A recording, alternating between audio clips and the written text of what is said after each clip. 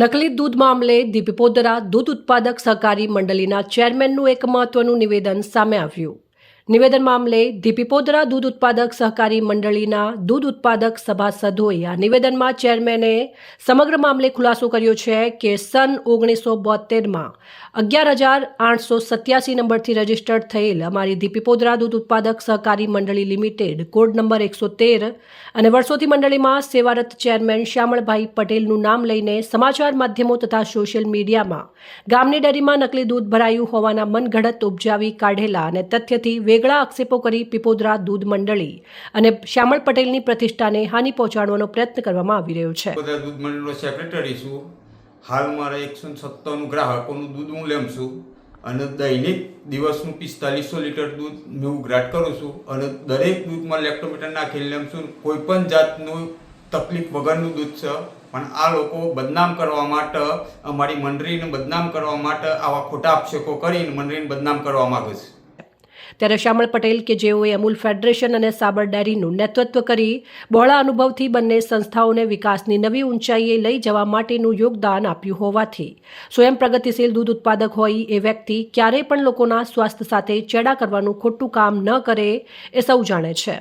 સાચી હકીકતથી સૌને વાકેફ કરીએ છીએ કે સોશિયલ મીડિયામાં કરેલા આક્ષેપો મુજબના કોઈ વ્યક્તિઓનું એક ટીપું દૂધ પણ અમારી દૂધ મંડળીમાં ક્યારેય આવેલું નથી, જ્યાં સ્વયં શ્યામળ પટેલે સામેથી મંડળીમાં GCMMFની ટીમને બોલાવી સ્થળ તપાસ કરાવી, જેની તપાસમાં પણ પીપોદરા દૂધ મંડળીના એક પણ સભાસદનું દૂધ અસ્વીકાર્ય માલુમ પડ્યું નહોતું।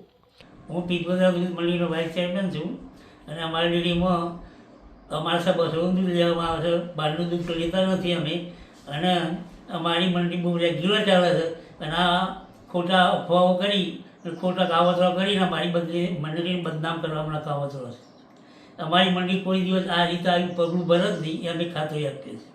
આ તબક્કે પણ ખાસ ધ્યાને મૂકવાનું છે કે સોશિયલ મીડિયામાં દર્શાવેલ બાબતોમાં રત્તીભર કોઈ તથ્ય નથી અને સત્યથી વેગળા નિવેદન કરી અમારી દૂધ મંડળીના ચેરમેન શ્યામળભાઈ પટેલ અને પીપોદરા દૂધ મંડળીની પ્રતિષ્ઠાને હાનિ પહોંચાડવાનું આયોજનપૂર્વક રાજકીય ષડયંત્ર ચાલી રહ્યું છે। આથી આવું હીન કૃત્ય કરનારાઓની વાતોમાં ન ભરમાવ અને જાકારો આપવા સૌને વિનંતી છે। નમસ્કાર।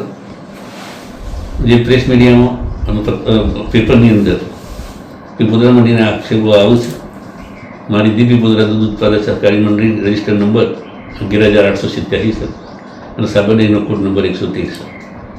દીપીપોદરા દૂધ ઉત્પાદક સહકારી મંડળી તરીકે રજિસ્ટર થયેલી મંડળી સાબર ડેરીના સભાસદ તરીકે ચાલુ છે।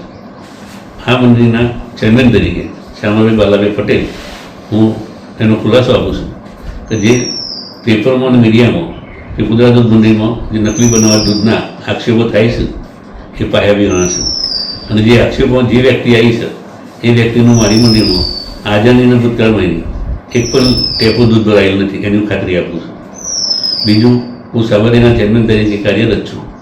મને પણ માનવના જીવનના સ્વાદ સાથે ચેડો થાય એ વસ્તુ બિલકુલ ગમતી નથી। એટલે જે બનાવટી દૂધના પ્રશ્નો હોય એ પ્રશ્નોમાં અમે જાકારો આપીએ છીએ। આઝાદીના ભવિષ્યમાં એ અમને કોઈ દિવસ વિચાર ના આવે એની હું ખાતરી આપું છું। તો સૌ મિત્રોને મારી નમ્ર વિનંતી છે કે આજે મીડિયામાં અને પેપરમાં જે પીપોદરા મંડળીનું આક્ષેપો આવે છે એ આક્ષેપોનો સૌ જાગરો આપો એવી મારા સૌને નમ્ર વિનંતી છે। રિપોર્ટર સોએબ સૈયદ, સંબંધ ભારત ન્યૂઝ, સાબરકાંઠા।